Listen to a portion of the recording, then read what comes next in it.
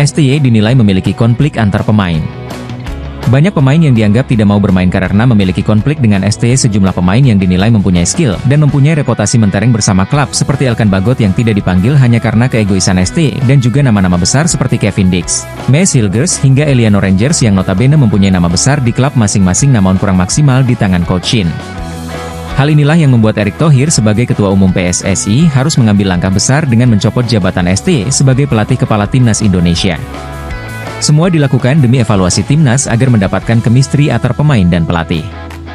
Langkah besar Erick Thohir semata agar Timnas bisa lolos di kualifikasi Piala Dunia. Esko PSSI Arya Sinulinga juga berharap netizen harus mendukung langkah besar Erick Thohir sebagai Ketua Federasi Sepak Bola agar Timnas bisa melaju ke Piala Dunia. Saya berani bilang, coba sebutkan satu langkah dari Pak Erick Thohir yang Anda lihat selama 2 tahun ini yang salah. Yang mana? Pada preskon yang lalu sudah dibicarakan oleh Pak Erick pada saat peristiwa sebelum pertandingan di Cina. Di Cina banyak kejadian sehingga komposisi pemain seperti itu. Apakah kami intervensi? Tidak. Apakah kami tahu? Tahu. Perubahan-perubahan kok seperti ini? Kami tanya, tapi apa? Kami hargai pelatih, tapi pelatih harus bertanggung jawab terhadap apa yang dia putuskan. Artinya harus menang. Ternyata kalah. Disitulah kami mulai, wah ini ada apa? Ini berat. Saya rasa semua banyak kok yang menganalisis. Kenapa tiba-tiba ada pemain cedera, tiba-tiba dia main, nggak main, habis itu dia di klub main bisa aja. Tapi udahlah, saya nggak mau buka itu. 14 pemain zamannya Erick Thohir diberikan. Levelnya makin lama makin tinggi. Pengelolaan pemain ini agak beda. Makin tinggi levelnya, ini pemain makin unik. Nggak gampang nanganinya. Berbeda cara komunikasi, culture, semuanya ke pemain yang lokal, maaf nih, dengan pemain-pemain diaspora yang mungkin muda. Habis itu makin lama makin tinggi. Kita ketemu Mace Hilgers, harganya satu Mace Hilgers sama dengan 3 total pemain Asia Tenggara.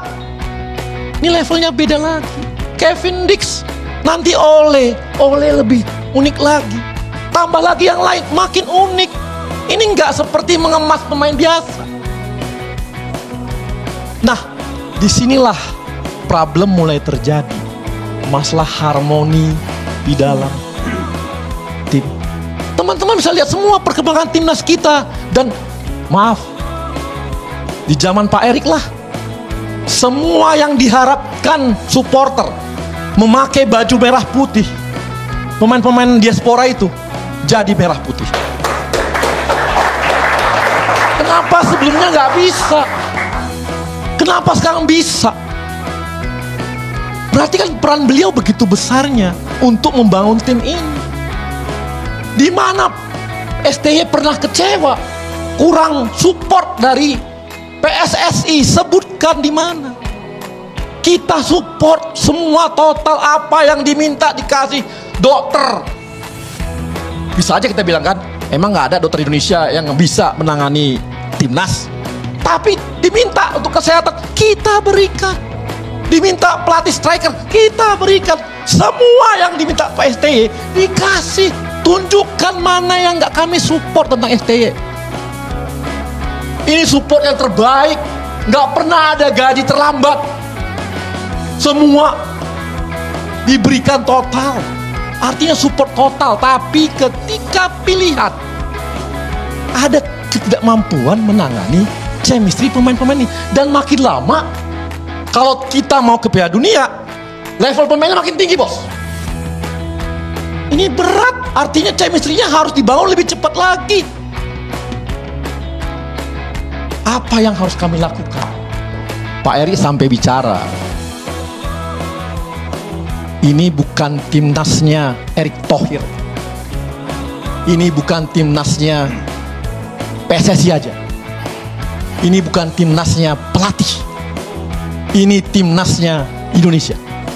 Tolong dijaga.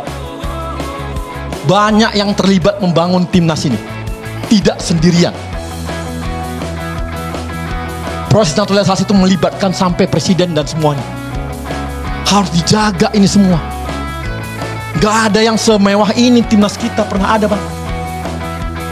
Kecepatan, maaf ya, nilai timnas kita 5 kali lipat dibandingkan ketika awal Pak Erik pegang. Awalnya cuma 90 miliar, sekarang 400 sekian miliar. Itulah nilai pemain timnas kita yang makin tinggi kualitasnya. Yang mau gak mau, penanganannya harus ternyata spesial.